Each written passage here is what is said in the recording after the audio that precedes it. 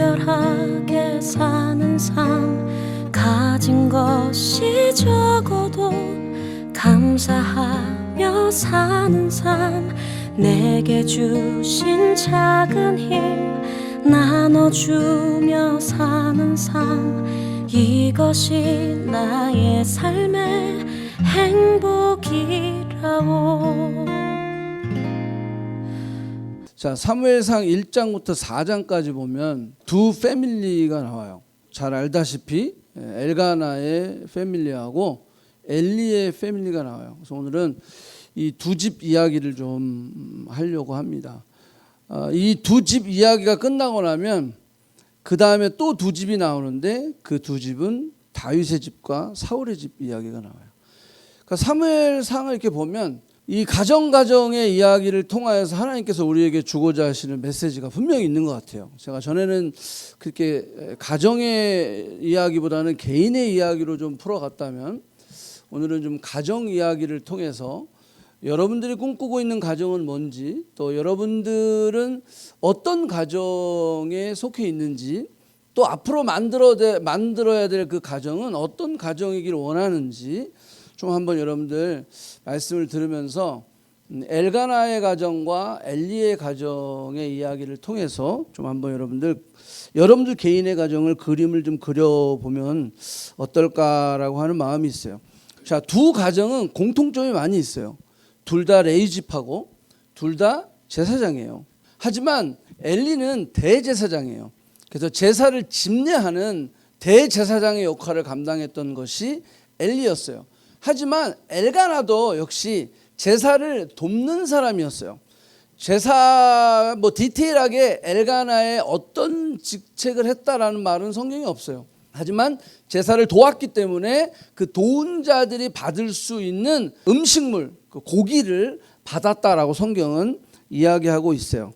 자, 그런데 문제는 이렇게 엇비슷한 가정, 레위지파요 제사장의 가문, 이 엇비슷한 가정 안에 그 결과는 180도 다른 결과를 이 두 가정은 맞이하게 되었다라고 하는 거예요.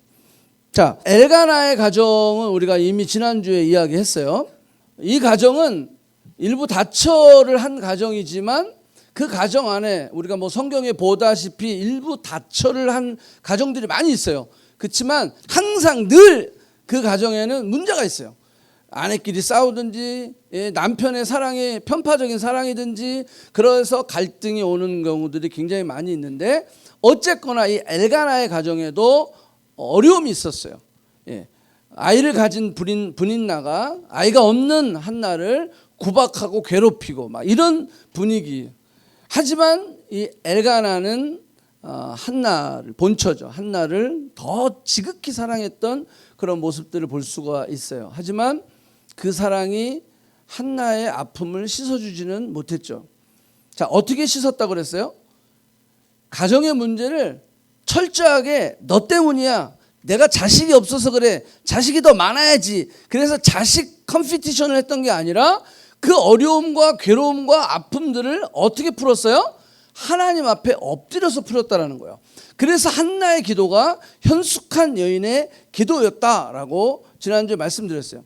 자, 엘가나의 가정은 엘리의 가정과 거의 비슷한 환경 속에서 그 문제를 철저하게 하나님 앞에 가지고 나갔다라는 거야. 그래서 하나님 안에서 그 문제를 해결받고 그리고 그 가정 안에 귀한 하나님의 은혜와 축복을, 그래서 그 자식이 사무엘이 태어남으로 인해서 놀라운 민족의 지도자로 성장하는, 한 자녀를 키웠지만 민족을 살리는 그러한 가정이 되었다라고 하는 거예요. 엘리의 가정을 가보면 포텐셜은 더 있어요. 엘가나보다 훨씬 더 포텐셜가 있어요. 왜? 대제사장의 가정이었고 그리고 두 아들 홈리와 비느하스도 하나님 앞에 제사를 드리는 그 제단 앞에 수종을 드렸던 그러한 자녀였다라고 하는 거예요. 근데 문제는 엘리의 제사장에는 엘리의 어머니에 대한 멘션이 전혀 없어요. 아무리 찾아봐도 없어요. 아들 이야기하고 아버지 이야기밖에 없어요. 자, 우리가 알다시피 가정의 어머니의 역할은 굉장히 중요합니다. 잠언 31장에서도 언급하듯이 현숙한 여인이 집을 세운다 그랬어요. 남자가 집을 세운다는 말은 없어요, 성경에. 여인을 통해서 하나님께서 집을 세우시겠다고 했어요. 그래서 현숙한 여인에 대해서 굉장히 마지막 장에 디테일하게 언급하면서 현숙한 여인의 역할이 무엇인지를 쭉 잠언 31장에서 이야기하고 있고, 하나님 역시도 아담 혼자 있는 것이 좋다, 좋지 못하다. 좋지 못하다. 그래서 아내 하와를 돕는 배필로 만들어 주시면서 가정의 완벽한 하나됨이 결국 그 아내를 통해 이루어지는 것을 볼 수가 있어요. 그런데 엘리의 제사장 집에는 엄마 이야기가 안 나오는 거예요. 자, 뭔가 우리에게 생각하게 하는 내용이죠. 그 아내를 통해서 그 가정의 완전한 필요 충분 조건이 이루어지는, 그것이 바로 아내의 역할인데, 결국 이 엘리의 가정은 어떻게 이야기가 전개됩니까?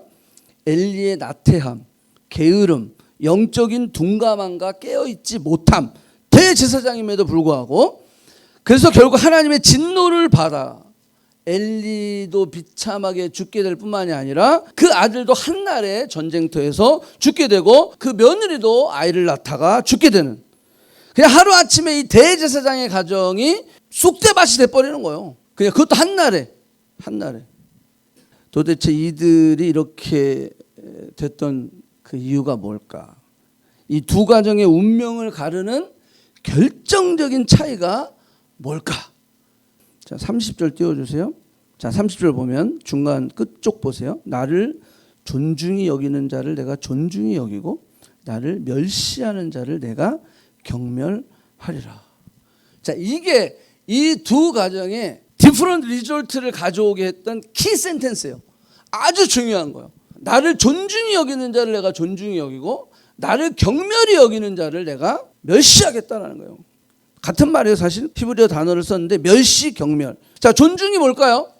자, 여기서 존중이다라고 하는 히브리 원어를 찾아보면 무겁게 여기다라는 거예요. 무겁게 여기다. 존경하다, 높이다, 무겁게 여기고 무겁게 받아들이다. 자, 멸시와 경멸은 또 히브리 원어를 찾아보면 어떤 의미가 있냐면 가볍게 여기다라는 게 있어요. 그러니까 존중하다라는 것은 무겁게 여기는 거고, 경멸하고 멸시했다라고 하는 것은 너희들이 나를 가볍게 여겼다라고 하는 거예요. 자, 요 두 개념으로 우리가 조금 해석을 해볼게요. 자, 엘가나의 가정은 하나님의 말씀을 아주 무겁게 받았어요.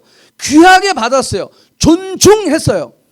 하나님을 가장 가정의 중심에 두었고 예배를 최우선으로 삼았고, 남편도 아내도 가정에 문제가 있을 때 너 때문이야 라고 하지 아니하고 하나님 앞에 그 문제를 가지고 나아갔다라고 하는 거예요. 그 문제를 경쟁과 세상적인 기준으로 판단하지 않았어요. 하나님 앞에 철저히 가지고 나아가는, 그래서 하나님과의 약속, 그 하나님의 말씀을 목숨 걸고 지켰던 가정, 그것이 엘가나의 가정이었다. 반면 엘리의 가정은 하나님의 말씀과 약속, 그리고 예배와 자신의 사명을 너무 가볍게 여겼다라는 거예요. 대충 했다라는 거예요. 이것이 두 가정의 운명을 가른 결정적인 요소가 되었다라는 거예요. 자, 사사시대의 특징이 뭐라 그랬어요? 왕이 없었고, 그리고 각기 자기의 옳은 소견대로 행했다라고 이야기하고 있어요. 자, 백성들은 하나님을 가볍게 여겼습니다. 하나님의 말씀을 가볍게 여겼습니다. 하나님을 경외하고 존중하지 않았습니다. 모든 사람들이 다 그렇게 했어요. 근데 보니까 대제사장도 그렇게 하고 있었어요. 가볍게 여겼다라고 하는 거예요. 그러나 비록 소수였지만 하나님을 존중했던 가정이 있었는데 그 가정의 대표적인 가정이 누구다? 이 사무엘의 가정이다. 엘가나의 가정이었다라는 거예요. 자, 사무엘상 1장 24절 띄워주세요. 자, 젖된 후에 그를 데리고 올라갔을 때 수소 3마리와 밀가루 1에바와 포도주 1가죽 부대를 가지고 실로 여호와의 집에 나갔는데 아이가 어리더라 그랬어요. 자, 약속했거든요. 아들을 주시면 평생 삭도를 내지 아니하는 나실인으로 하나님 앞에 드리겠습니다. 그러니까 한나의 기도는 아이가 없어서 한을 맺힌 게 아니라 하나님이 나를 버리시지 않으셨죠? 하나님 나를 저주하신 게 아니시죠? 하나님 나를 끊으신 게 아니시죠? 그래서 아들을 통하여 이것을 보여주세요. 하나님과의 관계에 대한 절규였다라고 하는 거예요. 그냥 막 이거 해주세요. 이것 때문에 문제가 생겼어요. 그래서 신세 한탄하고 분인 날을 경쟁 삼고 그 분인 날을 내가 반드시 내가 아들 하나 갖고 너를 내가 박살을 내겠다. 이런 어떤 자기중심적 기도가 아니었다라는 거예요. 하나님의 말씀을 무겁게 여겼던 이 가정은 젖된 후에 데리고 올라갔어요. 자, 보통 주희씨들 여기 데이케어 주희씨 데이케어에서 우리 여빈이 일하죠. 보통 젖된 후에 그러면 3년을 얘기하는 거예요. 근데 보통 1년이 뭐 맥시멈 젖이 나오겠지만 그래도 3년을 품고 있어요. 그러면서 뭐라는 거야? 계속 말씀을 읽어주고 가르치는 거예요. 양육을 하는 거예요. 너의 아이덴티티를 계속 설명하는 거예요. 그러니까 애가 3살 때까지 계속 자기의 정체성에 대한 이야기를 듣는 거예요. 그러니까 젖된 후에 그를 데리고 올라가서 자, 하나님의 말씀을 귀히 여기고 하나님의 말씀을 무겁게 여겼던 이 가정. 자, 성전에 데리고 가서 이제 3살밖에 안 됐어요. 이제 만 3살 되면 여기도 JK 갈 수 있거든요. 자, JK 갈 나이가 돼서 이제 애들을 학교에 데려가면 난리가 납니다. 안 떨어지려고 막 그냥 곡소리를 해요. 애들이. 우리 애들도 그랬거든요. 왜? 집에 3년 동안 부모랑 있다가 이제 JK 딱 돼가지고 부모님은 너무 좋거든. 야, 드디어 너를 보내는구나. 막 이런데 그 딱 보내면 애가 막 자지러지게 난리가 나요. 그러면 선생님들이 그냥 내버려둬. 울더도 괜찮아. 그냥 가래. 빨리 부모는 가래. 그러면 애가 그렇게 딱 교실에 들어가면 부모가 없는 걸 알고 이제 체념을 해요. 그래서 안 울어. 근데 이제 2, 3시 되면 또 끝나서 데리러 가잖아요. 근데 지금 이 가정은 어떻게 돼요? 아예 성전에 이 아이를 맡기는 거예요. 명절날만 가서 찾아 아이를 봤다라고 성경은 이야기하고 있어요. 자, 그때 부모의 마음은 어땠을까요? 아싸, 이제 기저귀 안 갈아도 된다. 그랬겠어요? 자, 우리 한번 생각해 보자고요. 하나님과 약속을 했어. 하나님과 약속을 했는데 이것을 어떤 이는 경히 여기고 어떤 이는 중히 여기고, 그러니까 무겁게 여긴 자와 대충 가볍게 여긴 자. 근데 이들은 하나님의 말씀을 무겁게 여겼어요. 아주 존중하고 중하게 여겼어요. 그래서 순종하면서 그 아이를 이제 성전에서 거기서 이제 자라는 거예요. 거기서 먹고 자고 자라는 거예요. 어머니 한나의 마음은 어땠을까? 쉬웠겠어요? 쉽지 않았죠. 정말 어려웠을 거예요. 정말 어려웠을 거예요. 그 아내의 결정과 아내의 그 순종을 묵묵히 바라보는 엘가나의 마음은 어땠을까요? 당신이 약속한 거니까. 내가 약속 안 했잖아. 이 서원은 무효다. 서로 부부싸움하고 다퉜을까요? 엘가나는 그대로 순종했어요. 그대로 묵묵히 그 자식을 사무엘을 하나님께 바쳤다라는 거예요. 자, 이게 대단한 사람들이에요. 언뜻 생각해 보면 너무 심하다 생각할 수도 있어요. 야, 사무엘 안 사랑했나? 그러니까 그렇게 바쳤겠지. 애가 되게 못생겼나 봐. 아무리 성경을 찾아봐도 저들이 그 자식에 대해서 사랑이 없었다는 말은 없어요. 정말로 사랑했어요. 정말로 힘든 결단을 하고 힘든 순종을 했던, 하나님을 정말 존중히 여겼던 엘가나와 한나의 모습을 볼 수가 있어요. 자, 이 한나가 얼마나 하나님의 약속을 그 무겁게 여겼냐면 한나의 기도에 보면 나타나요. 2장 2절 띄워주세요. 여호와 같은 거룩하신 이가 없으시니 이는 주밖에 다른 이가 없고 우리 하나님 같은 반석도 없으십니다. 이게 한나의 기도예요.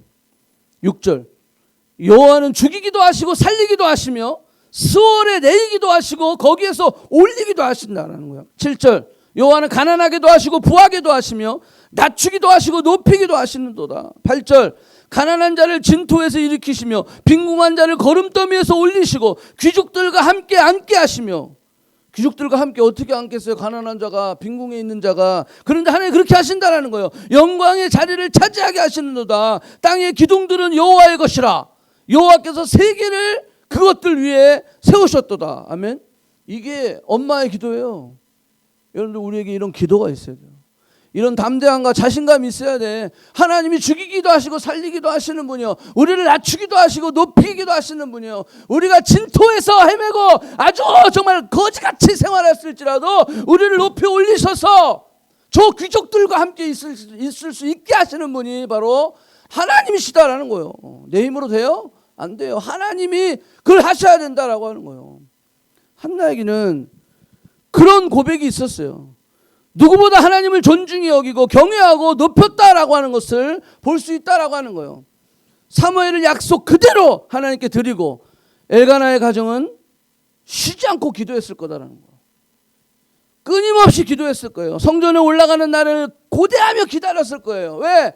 하나님이 내 인생의 넘버원이야. 그리고 내게 주신 이 자식, 진짜 눈에 넣어도 아프지 않는 그런 귀한 자식을 하나님 앞에 드렸어. 내 삶의 넘버원, 넘버투를 다 성전에 드렸어. 그러니까 성전에 갈 때 마음이 어떻겠어요? 날아가는 거죠. 날아가는 거죠. 그죠? 성전에 내 넘버원, 넘버투가 다 있으니 성전에 갈 때 그 기분이 어떻겠어요? 날아가는 거예요. 날아가는 거예요. 18절 띄워주세요. 사무엘은 어렸을 때 세마포 옷을 입고 요 앞에 섬겼더라. 어렸을 때부터 요 앞에 섬기는 자. 그의 어머니가 매년 드리는 제사, 이거 1년에 한 번 받다는 거예요. 얼마나 안타깝겠어. 근데 그 1년에 한 번 드리는 제사, 그의 남편과 함께 올라갈 때, 그 올라갈 때마다 작은 겉옷을 만들어 가지고 이걸 만들면서 1년 내내 사무엘을 생각하지 않았겠어요? 그게 사랑 안 했어? 안 했으니까 그냥 바쳤겠지 뭐. 이게 아니요. 그냥 1년 내내 그 사무엘을 생각하는 거야. 그러면서 1년 때마다 올라가서 사무엘 보고 너무 하나님, 우리 아이를 좀 컸네요. 더 컸네요. 그러면서 겉옷을 입혀주고, 사무엘아 이거 엄마가 이거 다 만든 거야. 그러면서 그냥 그 아이를 보고 싶어하는 그 엄마의 마음, 그 부모의 마음이 얼마나 애틋했겠어요. 엘가나의 가정은 하나님을 가장 그들의 삶의 우선으로 삼고 사무엘을 또 가장 아끼고 사랑하는. 자, 그러면 여기서 질문. 사무엘은 어땠을까요? 내가 나이 3살이 됐는데 엄마 아빠가 날 버렸어. 성전에 버리고 이 할아버지랑 살으래. 그게 엘리야. 사무엘의 마음은 어땠을까요? 처음엔 멋모르겠죠. 그냥 계속 울었겠죠. 부모님이 3년 동안 같이 있었는데 나를 버리고 갔었어. 여기가 네 집이라고 그러고서 갔는데 얘는 할아버지가 여기 계시네? 거기 형들도 있잖아. 홈리와 비누아스가 좀 또 지랄 같아? 그 지랄 같은 형들이 같이 있는 거야. 그러니 이 사무엘의 입지와 그 마음은 어땠겠어요? 충분히 상처를 받고 충분히 그게 트라우마가 되고 충분히 사무엘의 인생은 그냥 먹구름인가 먹구름. 왜 부모가 나를 버렸을까? 근데 사무엘이 그렇게 자랐어요? 야, 이게 숙제예요. 어떻게 이게 가능했지? 이게 심리학적으로 상담학적으로 이런 사람들은 진짜 문제아가 되는 거거든요. 근데 사무엘에게도 이것이 상처가 아니라 축복이 되었다라는 거예요. 자, 그 라인 바이 라인은 성경에는 없어요. 그렇지만 엘가나와 한나는 매년 하나님의 전에 올라가면서 사무엘을 만나고 사무엘에게 우리의 마음을 전달하고 그걸 끊임없이 했다는 거예요. 1년에 한 번 가는 거지만 그래서 이 사무엘은 상처가 없는 거예요. 여러분들은 성전에 올라올 때, 예배를 드리러 올 때 어떤 마음인가요?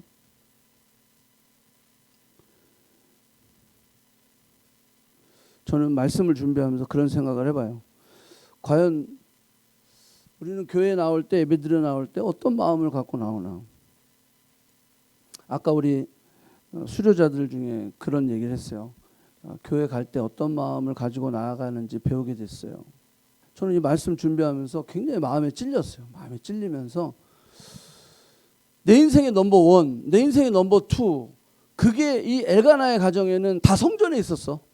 그러니까 그냥 1년 내내 성전 가기를 그냥 고대하는 거야. 내가 지금 주어진 일을 최선을 다하면서 내가 해야 할 일 전문성들을 잘 해나가면서 성전에 갈 날 우리 사무엘을 만날 날 그를 기대하면서 그들은 시간을 준비했다라는 거죠.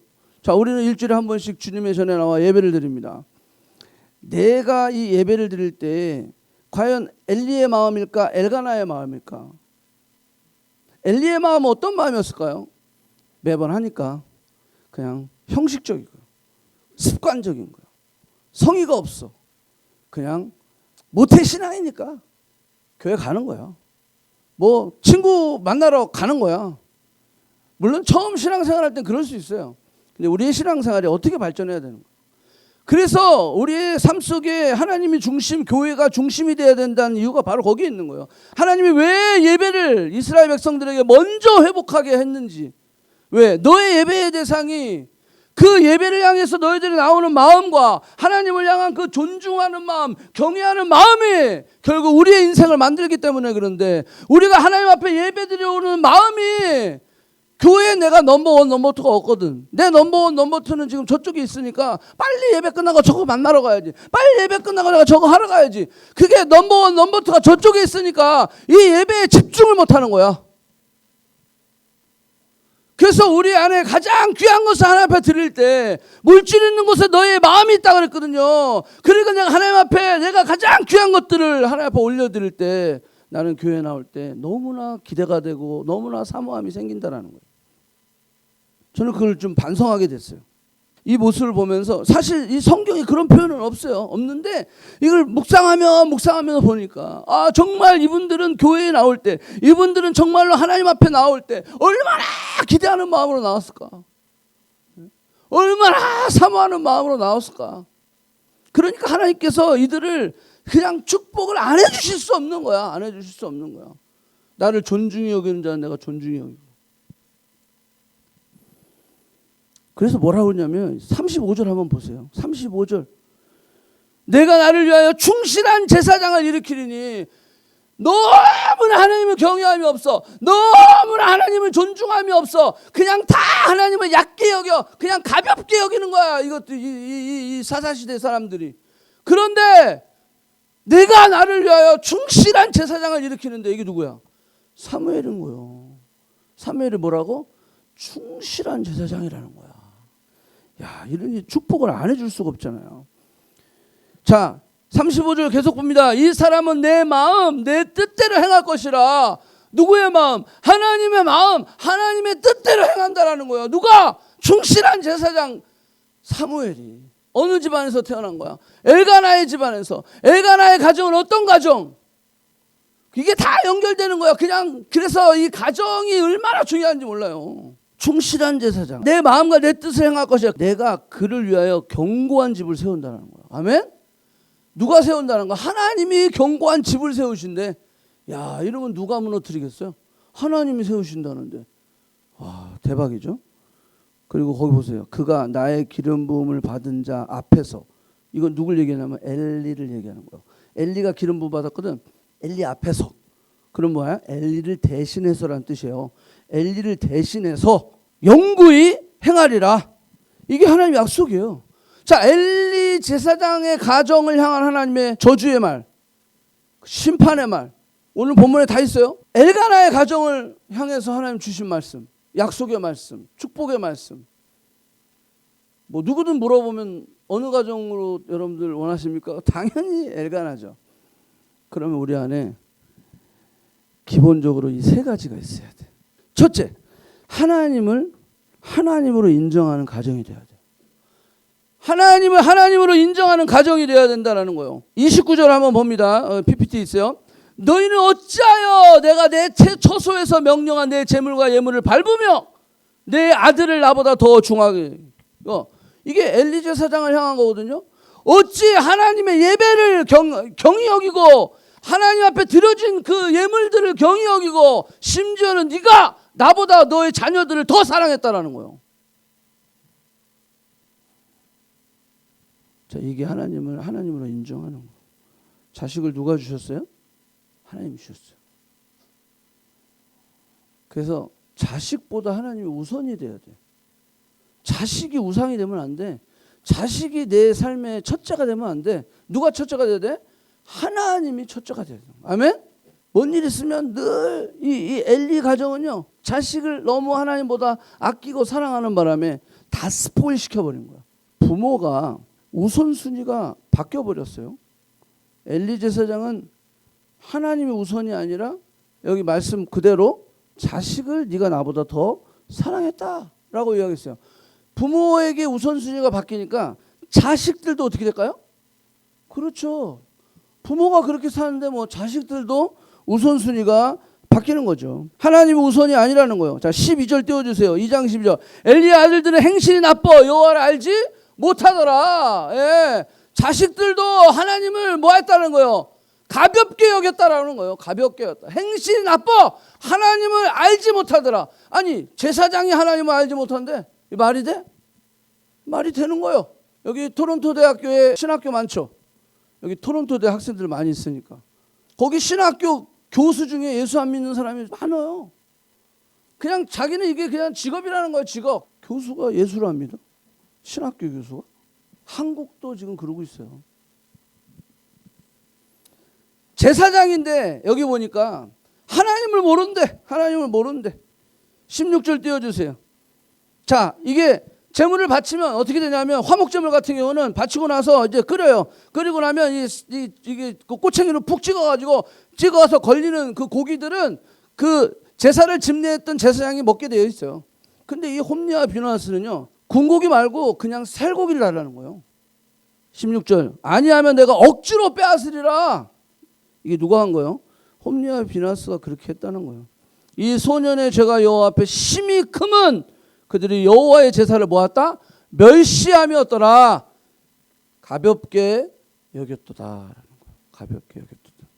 자, 뿐만 아니라 엘리의 이 아들들은요, 그 회막에 수종드는 여인들하고도 그냥 겁탈을 해버려요. 겁탈을 해버려요. 자, 22절 띄워주세요. 엘리가 매우 늙었어요. 여기 늙었다라는 건 육체적인 늙음과 영적인 늙음이 다 포함되어 있어요. 자, 그 아들들이 온 이스라엘에게 행한 모든 일과 회막문에서 수종드는 여인들과 동침을 하였음을 듣고 막 가는 거죠. 막 가는 거죠. 그들에게 이르되, 야, 이게 엘리가 알았어. 그죠? 그들에게 이르되, 내가 어찌하여 이런 일을 하였느냐? 내가 너에게 악행을 이 모든 백성에게 듣노라. 내가 너의 악행을 모든 백성들에게 듣네. 야, 이거 어쩌된 일이야? 너 이러면 돼, 안 돼? 그러면서 24절 보세요. 내 아들아, 그리하지 말라. 내가 들으니 소문이 좋지 아니하니라. 이게 무슨 야단이, 이런 야단이 다 있어요? 그죠? 내가 들으니 소문이 안 좋다. 모르게 해라. 뭐 이런 거나 마찬가지 아니에요? 그러니까 여러분들 같아서 어떻게 했을까? 너 죽고 나 죽자! 그래야지. 그래서 어떻게 하든지 고쳤어야 되는데 이제는 too late. 너무 늦어버렸어. 이 아들들이 이제 아버지의 통제를 떠나버린 거예요. 저도 여기서 지금 되게 그래서 걱정이 돼요. 사실은 이 아들들 여기 어디 갔어? 첫째 저 있구나. 그래도 오늘 어제 지난번에 간증 듣고 나니까 좀 마음이 참 한결 나아지긴 한데 이게 되게 중요한 거예요. 되게 중요한 거야. 잠언의 말씀에 사랑하는 자가 사랑하니까 그래서 징계가 없으면 사생하라. 부모가 징계를 안 해. 부모가 야단을 안 쳐. 그러면 그건 사생하라는 거예요. 부모 없는 자식이라는 거예요. 야단 쳐야 되는 거야. 야단 쳐서 하나님 앞에 바르게 설 수 있도록, 하나님 앞에 설 수 있도록. 이게 안 된 거야. 이 엘리는 이게 안 된 거야. 그러니까 25절에 뭐라 그랬어요? 그들이 자기 아버지의 말을 듣지 아니하였으니. 아이, 우리 아버지 늙어가지고 막 이러면서 듣지 않았다는 거예요. 듣지 않았다. 오 마이. 영국의 넬슨 제독하고 프랑스의 나폴레옹이 있어요. 잘 알죠? 자, 두 사람이 굉장히 대조적인 지휘관이었는데, 자, 한 번은 나폴레옹이 전쟁에 나가는데, 프랑스죠. 프랑스 나폴레옹이. 그때 부하가 이렇게 얘기했다. 각하 목사님을 모셔다가 기도를 하시고 나가시죠. 그렇게 얘기했어요. 그때 나폴레옹이 뭐라고 대답했는지 아세요? 기가 차. 그건 필요 없어. 전쟁은 내가 하는 거지 하나님이 하시는 것이 아니야.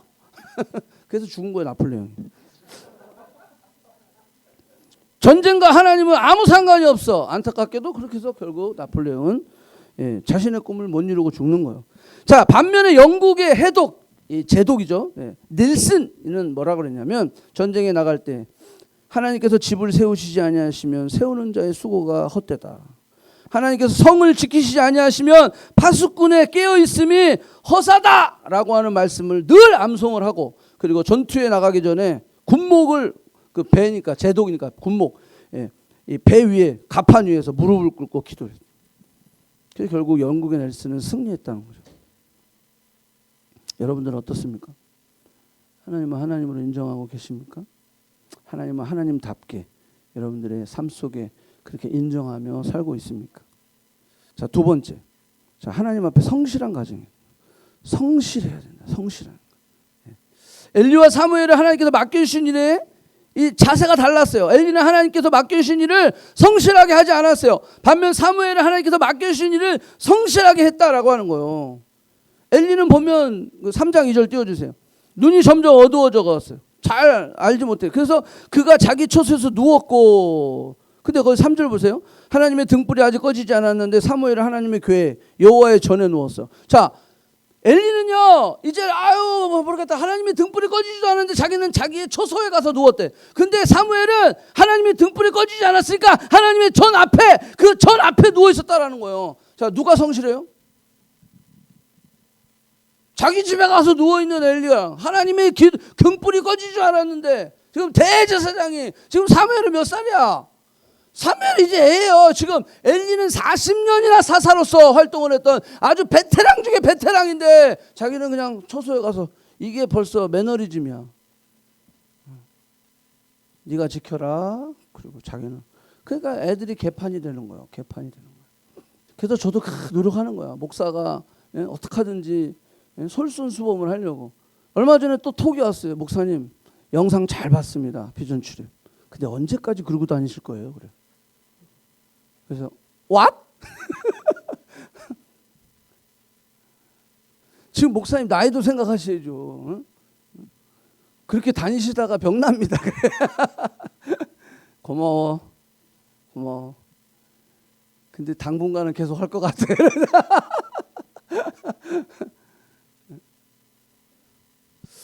성실해야 된다는, 성실해야 된다. 눈이 점점 어두워가서, 심지어는 엘리가 어떻게 죽었어요? 의자에 앉아있다가 목뼈가 부러져 죽었어. 자, 그게 왜 의자에 앉아있다? 거기 잘 보세요. 의자에 앉아있다라는 게 2번이나 나오는데 엘리가 의자에 앉아있어요. 의자에 앉아있을 수 없는 상황에서. 왜? 지금 법궤가 나갔는데, 하나님의 법궤를 지금 엘리가 뭘로 쓸 수가 없어요. 법궤를 가지고 나갔는데 어떻게 제사장이 앉아있어? 말이 안 되는 거예요. 그런데 앉아있다가 지금 전령이 와가지고 큰일 났습니다. 큰일 났습니다. 법궤가 빼앗겼고 당신의 아들들이 죽었습니다. 그러니까 팍 부러져서 목뼈가 부러져 죽어버렸죠. 성실하지 않았다. 나는 정직과 성실로 미국을 정복했다. 혹시 아세요? 이게 미국의 패스코스틸이라고 하는, 이게 지금도 치면 나와요. 백영중, 이거 써놓으세요 한번. 백영중 회장님이요. 이분이 26살 때 미국을 갔어요. 1930년생인데 2010년에 돌아가셨어. 그러니까 80세에 돌아가신 거지. 그런데 이분이 이 책을 썼어요. 자기의 자서전인데, 나는 정직과 성실로 미국을 정복했다. 책에 보면 부제가 뭐냐면 No English, No Money예요. 그러니까 26살 때 No English, No Money로 간 거야. 그랬는데 하나님이 나를, 지금은 여기 LA 사우스웨스트 한인 장로교 장로님으로 계셨었어요. 그리고 돌아가셨지만, 자, 이분이 이런 얘기를 했어요. 인터뷰에서. 어려운 이국 땅에서 성공할 수 있었던 것은 하나님이 사랑으로 돌봐주신 데 있다. 젊은 시절 목표를 향해 쉬지 않고 최선을 다했기 때문이다. 현재 이익만을 위해서 살지 않고 성실과 정직으로 하나님 앞에서 부끄럽지 않게 내가 일을 했다라는 거예요. 성실과 정직으로. 그래서 이 26살에 No English, No Money 이런 사람이 미국의 그냥 스틸 회사에 1인자로서 설 수 있는 그런 놀라운 축복을 받게 되었다. 성실해야 된다. 여러분들 하나님 앞에 성실하십니까? 그냥 대충 교회 나오고 대충 뭐 하고, 비신하자 그러면 대충 켜놓고 그냥 대충 딴 거 하고. 여러분들은 어떤 성실함으로 내가 하나님의 말씀과 하나님의 부르심에 대한 그런 무게, 그것을 가지고 내가 거기에 임하고 있는지. 하나님께서 그 성실할 때, 교회 안에서도 교회 밖에서도 성실할 때 하나님은 우리를 어떻게 하신다? 존중히 여겨주신다. 아멘. 자, 마지막 죄송합니다. 너무 늦어서. 자, 세 번째, 하나님의 말씀을 경청하는 과정이다. 자, 하나님의 말씀을 잘 듣다라는 것은 무슨 의미죠? 듣는 것도 중요하지만 듣다라는 의미는 뭐냐면 순종한다라는 거예요. 아멘. 하나님의 말씀을 듣고 아멘, 은혜 받았습니다, 깨달았습니다. 그런데 so what? 실천해야 되는 거예요. 순종해야 되는 거예요. 그럴 때 하나님이 우리를 존중해 주신다, 우리를 높여 주신다라는 거예요. 3장 19절에 보면 사무엘이 자라매 여호와께서 그와 함께 계셔서 그의 말이 하나도 땅에 떨어지지 않았다라는 거예요. 다 이루어졌다라는 거. 왜? 사무엘은 경청했기 때문에. 아멘. 아멘. 사무엘은 경청했어요. 하나님 말씀하셔서 내가 듣겠나이다. 사무엘은 경청하는 자였어요. 그리고 그 경청한 것을 실천하는 자였다. 그래서 그 말이 하나도 땅에 떨어지지 않았다. 다 이루어졌다라고 하는 거예요. 아멘. 한국의 행동과학 연구소가 있대요. 행동과학 연구소. 거기에서 전국 고등학교 2학년 학생을 대상으로 설문조사를 했대요. 문제가 생기면 누구와 상담하는가? 설문조사했대. 문제가 생기면 누구와 상담하는가? 그때 1번이 뭘 할 것 같아? 친구. 친구가 1번이야. 친구가 1번. 예, 문제가 생기면 누구와 상담하는가? 친구가 1번. 부모는 꼴찌야. 그리고 형제. 친구, 형제, 부모 꼴찌. 담임 선생님 아예 없어. 자, 그래서 왜 친구냐 그랬어. 그때 뭐라 했냐면 잘 들어줬어. 잘 들어줬어. 제가 그래서 상담학을 공부하면서 그때 적어둔 말이 있어요. 인간관계론의 대가인 데일 카네기라는 사람이 쓴 카네기 인간관계론이라는 게 있거든요. 거기에 내가 딱 하나 배웠어. 뭐냐면 이런 말이 있어요. 사람을 움직이는 무기는 입이 아니라 귀다. 와, 멋있죠? 사람을 움직이는 힘은 입이 아니라 귀다. 근데 내가 이렇게 말을 많이 해서 큰일 났어. 자, 말씀을 마칩니다. 여러분들은 하나님을 존중하십니까? 이 말씀 생각하면서 내가 하나님을 하나님 되게 인정하는지, 그리고 하나님을 성실은 충성이랑 똑같아요. 맡은 바에게 구할 것은 충성이니라. 내가 충성하고 있는지, 그리고 내가 하나님의 말씀에 경청하고 있는지 기도합시다.